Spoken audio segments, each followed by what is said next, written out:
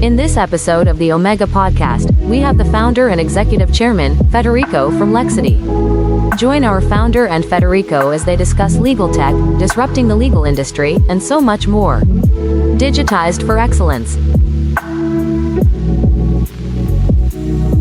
Welcome to the Omega Podcast with Federico Richardson, the founder and chairman of Lexidy, a legal services company based in Barcelona, Spain. Federico, it's such a pleasure to have you on the Omega Podcast. It's my pleasure to be here, Kenan, so thank you for having me. Absolutely.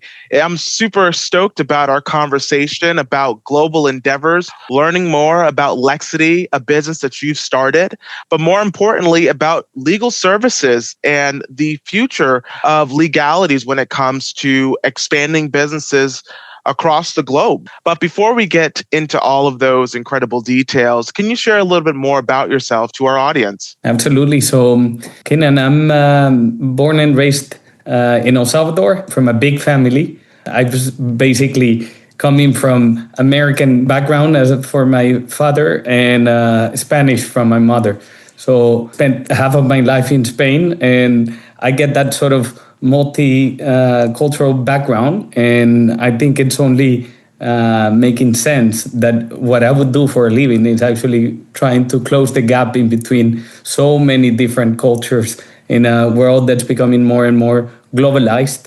So a bit about myself, and I think it's definitely a very exciting time to having the opportunity to be in this intersection in between what technology can do to scale legal services. Because as you probably know by now, I don't really consider myself a lawyer. I hope that my parents are not regretting sending me to law school because it has paid off. However, I think I wouldn't have the vocation for that profession. I think, however, really enjoying disrupting the industry, and that by itself, it's already a big challenge that gives me energy every day, believe it or not, because I haven't really blended it well generally with lawyers. So I think it's a big thing to provide this sort of new and fresh approach to what is basically a 2,000-year-old industry. Absolutely. A 2,000-year-old industry with so much opportunity for growth, as you mentioned, technological advancement, AI adoption even. But before we unravel into your perspective for where you see the future of legal services going, can you share a little bit more about what propelled you to start Lexidy? Absolutely. I think what happens is that most people underestimate how fragmented the legal world is. I remember being in law school and speaking to a professor that he was just discussing part of a subject in a very silo way. No, you would go to one assignment and that's everything that you would have. Then you would go off to the next class and that guy would only speak about that thing. And then you go to the next, and basically there was no connection line or things allowed to actually develop more of a critical thinking with a global outreach. And then at the same time, I had the opportunity to do a global law program, and it was basically all around having this world perspective of law. You would have international business law, a bit of Anglo-Saxon law, and it was so nice because you could actually see that they were looking for that critical thinking component that you would learn to justify, argue the different points of view, think in different ways. So I was actually quite disappointed when I was starting to go in my first jobs in small boutique law firms, and just thinking like, wow, these guys are basically just focusing about what they know, but not really talking about potential other jurisdictions. And my first job ever was selling insurances from door to door. And I learned quickly that the difference between an insurance company and a brokerage firm is that the insurance company would be basically trying to push you for the solution that they thought that it was the best, because obviously they're limited in that sense. However, a brokerage firm has more independence, can provide different solutions.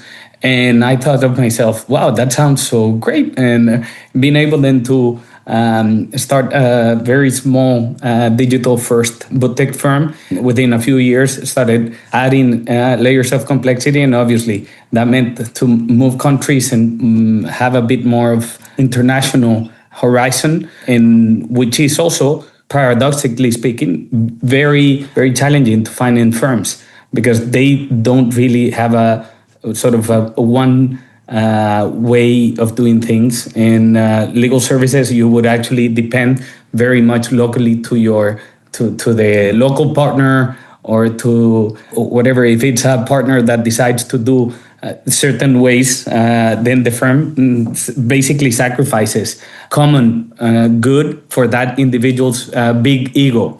So I think that's only propelling and fueling more of this vision that we've been developing. So I think it's also to put on the last connecting dot there is the global citizen market is just growing and growing and growing, and that's why you move countries. And suddenly you speak with new lawyers, there's new systems, new languages, and everything is absolutely lacking transparency. So that's why I think Lexidy can actually have that borderless approach. And if we were not doing it, or if we hadn't started this 10 years ago, I bet that someone else would be doing this by now, Keenan. That's so true. And I'm really grateful that you recognize that even though you worked at a boutique law firm earlier on in your career, that you recognize that there's opportunity for growth. And you stepped out and you started an incredible agency, based in Barcelona, that helps clients navigate the different global opportunities if they're looking to expand to different regions, for digital nomads specifically, if they're looking to start a business, if they're looking to, migrate to a different place to do work, or again, expand their portfolio of properties. But when it comes to defining success, and I know, Federico, based upon our conversations, you have done so much incredible work. How does Lexidy define and measure the success of its mission to help clients navigate global opportunities effortlessly? Because it's a very difficult process to get visas, to get approved just through government protocols. How do you really define success amidst, tariffs and inflation, and countries perhaps like limiting their borders due to different types of external forces? How do you sort of help clients kind of measure that, or yourself internally? Absolutely. Well, most law firms are built on billable hours and hierarchy, no? And that's how they would define success. So we flip that.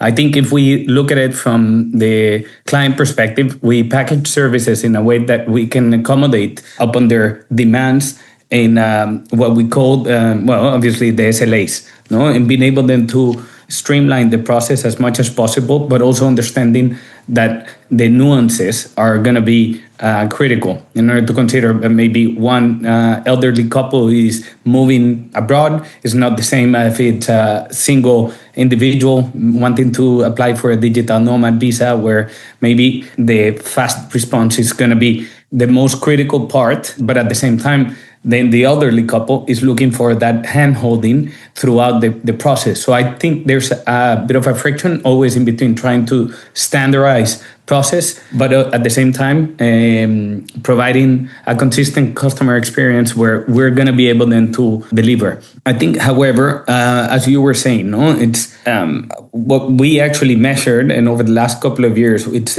systematically come down between 15-20% month on month. It's the number of resubmissions that we make. Okay, so for example, let's say that we applied for a visa permit, and within 24 days, we get a response from the administration. And then they would say, okay, it's required that you provide more documents or resubmit because it hasn't been clear to prove your source of income or that you have sufficient funds.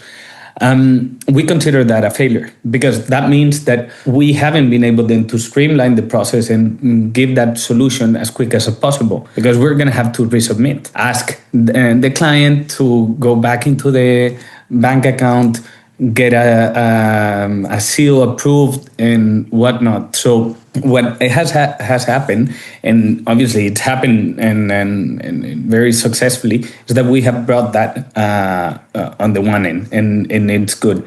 And then secondly, I think also, and you can check by yourself, it's at the end of the service we always do end of project survey, no? And we ask them, it's like, please rank from 1 to 5 on these different measures. And people are quite happy, generally. There's the two things that they will call success. First of all, just having the paperwork and no headaches, that's good. But also being able then to accommodate the rest of the things. Let's say if we're able then to provide tax advice or real estate or relocation services as well as a bundle package, they feel more supported. And it's not just simply that they get the outcome of a result, but that the process itself has been good. And that's why we have plenty of KPIs in order to encourage the team also to keep those things at check and being able then to deliver on time. Yeah. No, I think that that's important, that you walk with the client step by step. And at the very end, you provide that survey, allowing them to provide the feedback to say, hey, this went really well during the process. This didn't go so well. And it gives your team the opportunity to adjust for your next client. But when it comes in a day and age where people are hesitant to work with different legal services due to trust, transparency, and just overall comprehensive support, in what ways does Lexidy's commitment to transparent and comprehensive support manifest in your day-to-day client interactions? Absolutely, Keenan. And I love the question because I think it's legal services are not sexy. And they're not supposed to be, because generally the experience hasn't been over the moon. However, we're in a niche in the market differentiation that where we can actually have these three pillars. No, and once we have that legal expertise, which is what they look for, multi-jurisdictional, but also technology-driven solutions that can actually allow scalability without losing consistency and giving that. And I think if we use technology as the enabler, we'll see that we're not going to be just another boutique firm in each country, but it's actually the one that allows us to connect the teams, to create that transparency for our clients. And in order to give you an example, so if we're talking about the transparency, there's been a lot of emails that have been automated throughout a ticketing system that it allows clients to have not just simply those notifications taking place, but that they could actually access a portal where they have in real time the status of their case. And that's where they could get in touch with their lawyer or actually look for hiring new services or engaging our intervention for new solutions. No, so I think technology will never replace that part, which is the human. So I think we look to provide added value, because avoiding it from becoming too much of a commodity, we're going to have to look for the experience and adding value throughout that process. Yes, for sure. And it sounds as though that your team is focused on providing that human touch point with each and every single one of your clients. And at the beginning of your response, you said that legal solutions or legal services in general is not sexy. It's something that many people does not find to be oftentimes a great experience for whatever the matter might be. But could you elaborate on the empathetic legal solutions Lexidy provides and how this empathy influences your client relationships? Absolutely. And I think it's actually every client's going to want a bit of the same, but they will all say it in a different way.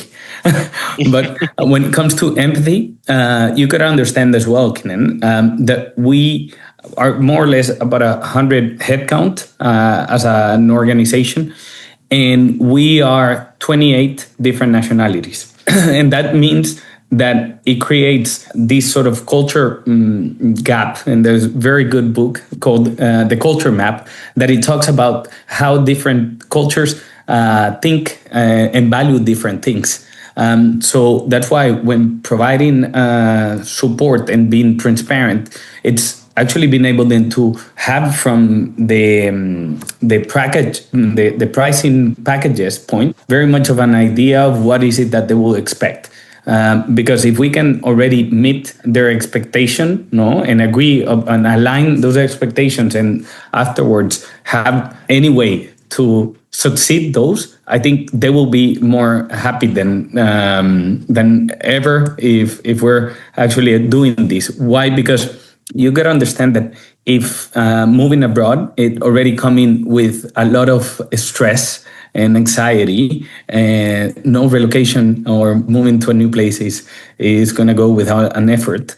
If we can make it even better and easier and seamless, it's going to have to be because we're transparent, we're constantly communicating, and obviously that the speed of the responses is going to be sharp. No? So what we have actually done in that case is even understanding the role of lawyers themselves. And so transparency, we have a sales team as well, and they handle between 60 to 70% of the leads that we receive. That means that lawyers are no longer going to have to be doing all the service, the delivery plus the commercial aspects. Obviously, they still do in a way that, for example, very complex services or different things. So we have already transferred a lot of the knowledge that used to be only in the lawyer's head, to put it into a sales team.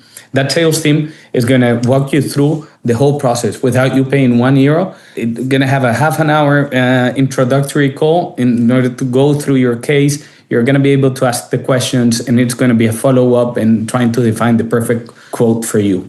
Then once you go into the service delivery, you'll be able then to access all the communication. It's going to be in a portal where everything is going to be so systematic. We could actually say that in that case, we avoid having the flaws or the inconsistency between one agent, one lawyer, and another. And most importantly, they have a database with all the common shared knowledge from previous experiences. And that means by itself, we have a better predictability model that we're able then to avoid from making mistakes and doing all these things.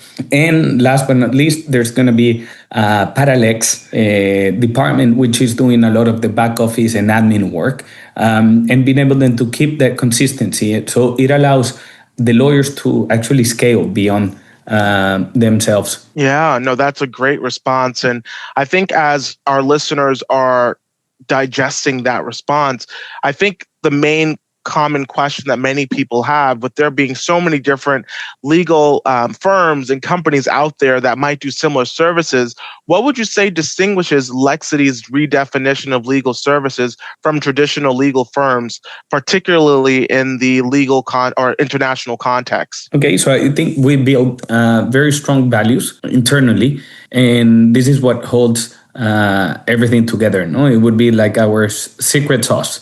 I think ultimately to make it seamless in between that sort of client experience that would be, as we were talking about, wouldn't be difficult or let's say uncommon to actually have many different providers when wanting to do different affairs abroad. Let's say you would actually go first to an immigration lawyer, afterwards to get a bit of tax advice.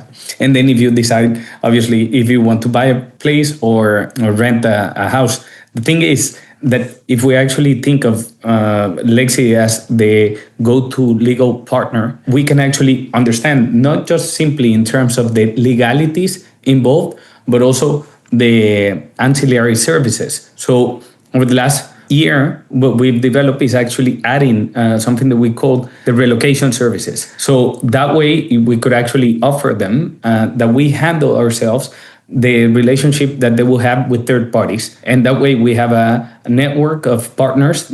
It's going from banks, translation agencies, notary offices, real estate agencies, insurance companies. And in order to be able then to provide that sort of same sort of level of and consistency, because we can never be just giving them a few names of companies that we work with and expect for them to know what to do. So it has turned out to be very good, and they are really enjoying it. So it's just trying to keep that chain happening and and be very proactive along the way, because everything that I have explained before means that we can anticipate problems, no? Because since we've been doing this for more than a decade now, when we would actually think of opening a new jurisdiction, things would be rather easy just to implement in a new country, because we would be able then to break down the steps of each process. And then once we have been able to map it out,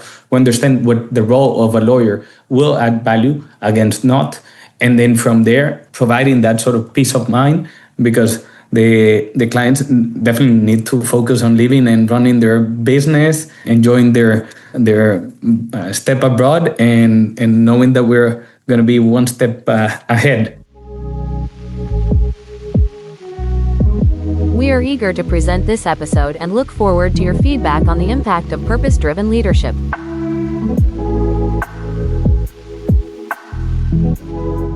Yes, for sure. Definitely being one step ahead is definitely the go-to. And on that point, with the types of lawyers that you're working with, as you mentioned, tax lawyers, international, visa processing lawyers in that regard, how does Lexidy ensure its team of trusted lawyers remains current with the ever-evolving legal landscapes in all of the countries you operate in? This is one of that's the secret sauce, you would say, no? Because the legal world is constantly changing, no? And especially in multi jurisdictions, and also talking about different disciplines. Over the last 3 years, there's been a lot of noise and changes around the golden visa services in Portugal, in Spain this year.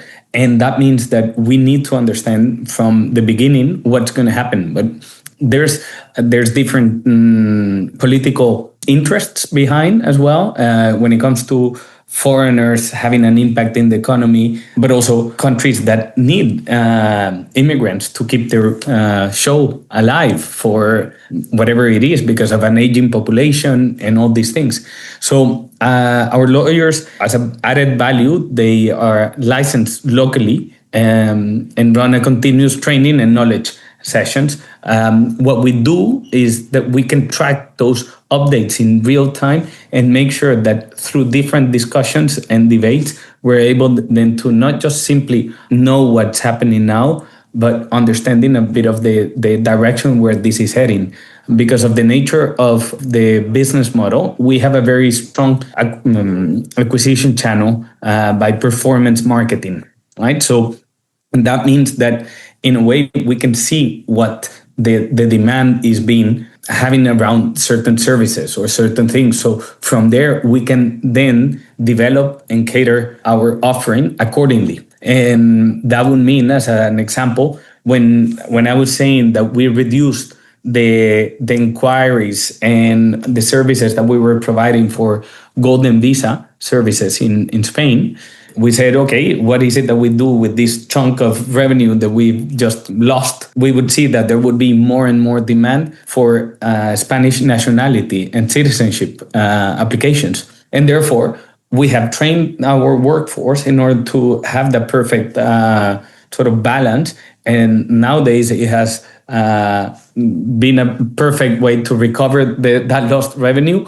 And we have yet added a new part. And generally, law firms are not having this sort of dynamic sense, no? And I think it's also because we have a fairly young team. It's 33, 34 years average. And that means that, they're more open to change, adapt, learn new things. As they say, the quote goes that you can never show or teach new tricks to an old dog. And we're so happy to be the new and next generation of lawyers that are still hoping to learn new tricks. Yeah, that's definitely important. I definitely appreciate you guys, focusing on your existing work demographic and how that is a strength for you, being able to learn more about what's happening when it comes to technology, AI being utilized, being able to be open and adaptive to what's happening in the marketplace and being able to be nimble and flexible as things continue to adjust. But when it comes to the role of technology, Lexidy's ability to deliver seamless and borderless legal care across operational regions is very important. All right. I think that's basically the bread and butter of your business tactics. But what types of technologies have been helpful for your business in order for it to continue to provide, again, that seamless and borderless care to your customers? Yeah, so I think here it's actually quite good because we would want to call it a Lexi operating system in a way that we would understand the workflows internally, but at the same time, every business unit is going to plug into the same service. I think when it comes to tools, just to give you a bit of an idea, we use HubSpot as our CRM, but also that's with a ticketing system. And what happens there is that since that what you were saying, no, the bread and butter of our business model, it means that a lot of the sales and things go through the platform itself. And at the same time, what we've done is from this adding the different layers of different tools that will provide a better service, right? So I think it's been very difficult to actually just pinpoint and choose one of them. There's actually one that we have really enjoyed. It's a Spanish legal tech firm called Parallel. That streamlines the communication between client and lawyers, and it's much seamless rather than sending thousands of threads of emails. That is such a funny thing to still see nowadays, that it's just like a ping pong game, right? And you would even question, it's like, who's actually wanting this? Because I don't think as lawyers, they're better off at sending these big threads of emails.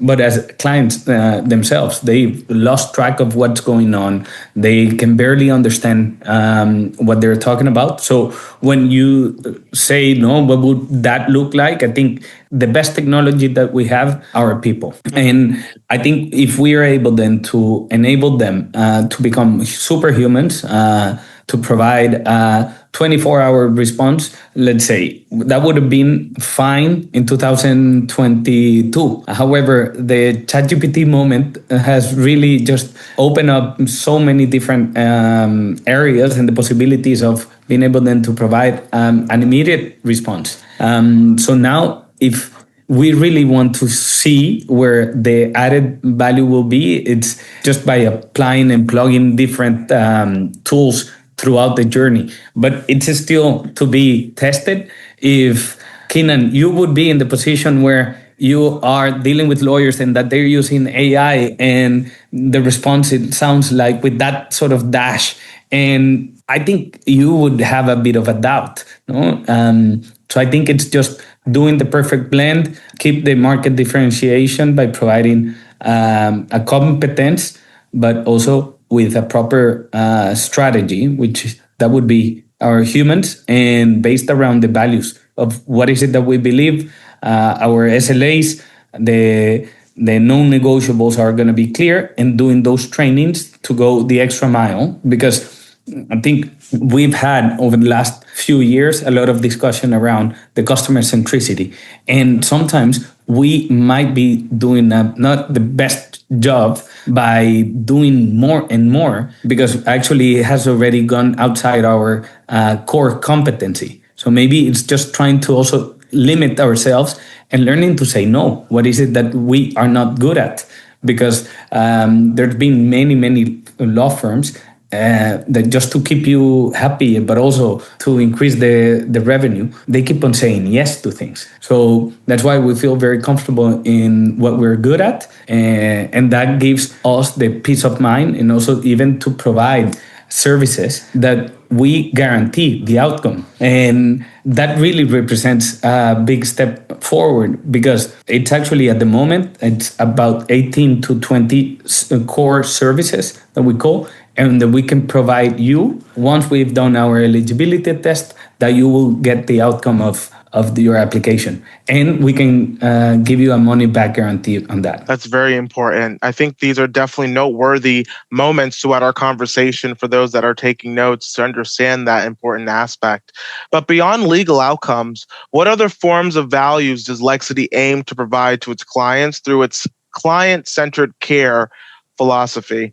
I think it's what we've spoken about. And I think what happens is that if we're able then to provide more solutions that are going to be broader, I mean, you have three possible scenarios. That expat, once it comes from abroad, they can either love the place and they decide to settle here indefinitely, decide that this is not their place, so they go back home, let's say to the States, because they don't feel integrated in the community or whatever, or that they can continue their ride. No, so Lexidy would be able then to cover two out of these three scenarios, but being able then to have that solution as a one-stop shop forever once you've been in that new territory, or looking for exploring new places, right? And I think that's why the globalization that we knew, I mean, you and I, we are basically the same age, and globalization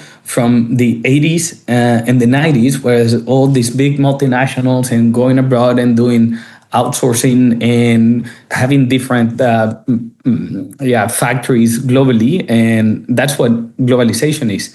In the 2010s and 2020s, we've seen a spike in the personal in human globalization, where it wouldn't be difficult to actually see you last week in Italy, and then you're in Barcelona, and then you decide to go back to the States, then you have a partner that's from Canada, you traveling and going there, but also you're wanting to come to Greece and buying your dream home in Mykonos. That's a world that at the moment it's still not been able then to be given as a one solution. You will have so many different providers, so many different local nuances, and I think this is going to be solved by necessarily by a global business strategy. And this is where that borderless world and client-centric happens, because if we're thinking from that person that goes through the whole journey, we can actually cater in their needs for the long run. So it's quite exciting,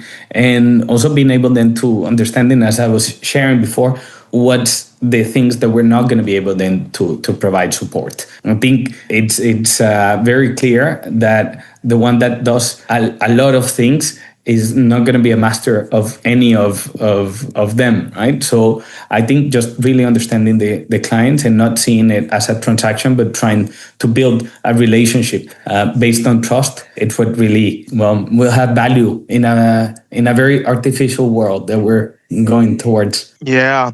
And the reason why I emphasize the essence of customer centricity and just customer relationships throughout our conversation today is we are in a bot mediation type of realm where people are referring to, as you mentioned, ChatGPT, some of these AI modules for legal advice.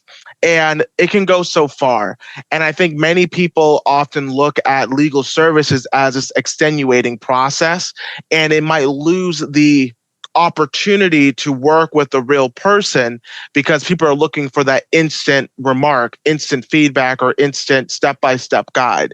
So it's so crucial that we understand, as Federico, you've explained so well, that these informed decisions that people are making when it comes to their visas, expansion, looking to develop a new business in a new market, that it's best to work with legal guidance, right, with a person, because there are particular nuances that a bot, or let's say in this instance, a ChatGPT, may or may not be able to provide just due to the scope of understanding the landscape.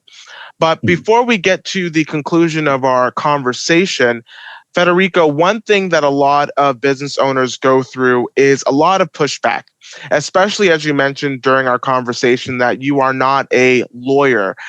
How did that particular hurdle actually propel you to still start a legal service business without having a legal background when it comes to those specific credentials? I think I was like a Trojan horse. Okay. I had to look like a lawyer. I had to dress as a lawyer, and I obviously went to law school, got my degree and everything. And I think in a way, it's going to be very critical because I think there's a book that talks about Tomorrow's Lawyers by Richard Susskind, and it was written around 15, 20 years ago. And I think it doesn't miss a beat where the global new trends are going to be happening. And it's having to be less lawyer and more business oriented, more looking into technology as an enabler and being able then to also add different professionals into the equation. If you think about it, Kinan, the biggest law firms around the world, they're basically run by lawyers, where lawyers are the ones participating in all the profits. And there's actually less of a diverse mix of backgrounds. And technology cannot just be something as an add-on. It needs to be very much of a strategy in the discussions, where this strategy becomes part of the definition of the business model itself. I think there's been more and more pressure towards lawyers giving more for less. And that means that people are not just happy to pay for a piece of legal advice because it doesn't add value. For that, I could do with AI in a few questions. But what is it that they are good at adding value? No? Maybe it's that sort of previous experience, the hand-holding, the empathy. And I think in a way, for organization, it's 100 people, 60% of them, 65, they're lawyers and service delivery, no? And we focus in that. Then 30, 35, we're talking about the shared services, no? Product, people department, finance, marketing and sales. And with this, we go locally, expanding throughout the different jurisdictions, where the local partners are so happy to not looking at it from building a law firm from scratch, but actually just leveraging the structure that we are already able to provide. And I think that's where these things need to be considered, no? Because maybe if I wouldn't be a lawyer, they wouldn't be so happy to tolerate me coming as an outsider and telling them what to do. But the fact that I understand the pain points, I know that there's a lot of burnout in this profession, because not that you're working more hours, but that you're doing very low quality work. It's like you're doing shitty work, basically. So if you're able then to streamline and add it with better, more efficient workflows, more equipped people behind, then you understand that you can really scale. And that's been quite attractive for our partners globally, and that we have this value proposition where we're confident that we're able then to cater for them, but also because we're looking at from the client experience. And the client, they don't want that 20-page memo, but they want to know what to do next. And if we're able then to have this as a consistent way of doing things, I think it's a win-win scenario. For sure. And my final question for you, Federico, is where is the future of Lexidy going when it comes to legal services? You've touched upon artificial intelligence, technology, customer centricity. If you can give our audience or our listeners a glimpse into the future for where you are taking, or at least you envision your organization going, where would that be? So I think the real value is freedom.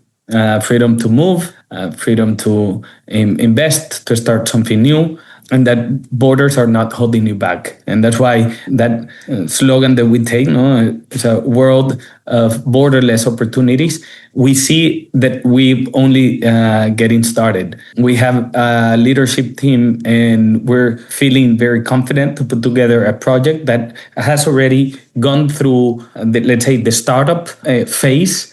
Now we're going in that scale up, hitting more than 10 million revenue this year. And that means like, wow, it's really having that fuel for growth, because there's the demand. And obviously we're going to have to adapt to it accordingly. No, you could see that there's a bit of a erosion by the Google searches taking place year on year if you compare it, because now there's new ways of looking for lawyer for whatever searching online, namely ChatGPT. So we're gonna have to adapt our business model accordingly. But I think that's not in terms of a strategy. I think that's a tactic. I think the strategy is powering lawyers to become superhuman, and I think opening the world to everywhere where they want to live. I think Southeast Asia, I'm a big fan myself. I've enjoy going to Thailand, Indonesia, Vietnam. It's so nice, and being able then to see that there's still lack of this one global firm with local knowledge, and it's not just opening a firm with the name and having an office there for the sake of an ego, but it's actually being able then to have the whole methodology, the values, and the proper identity.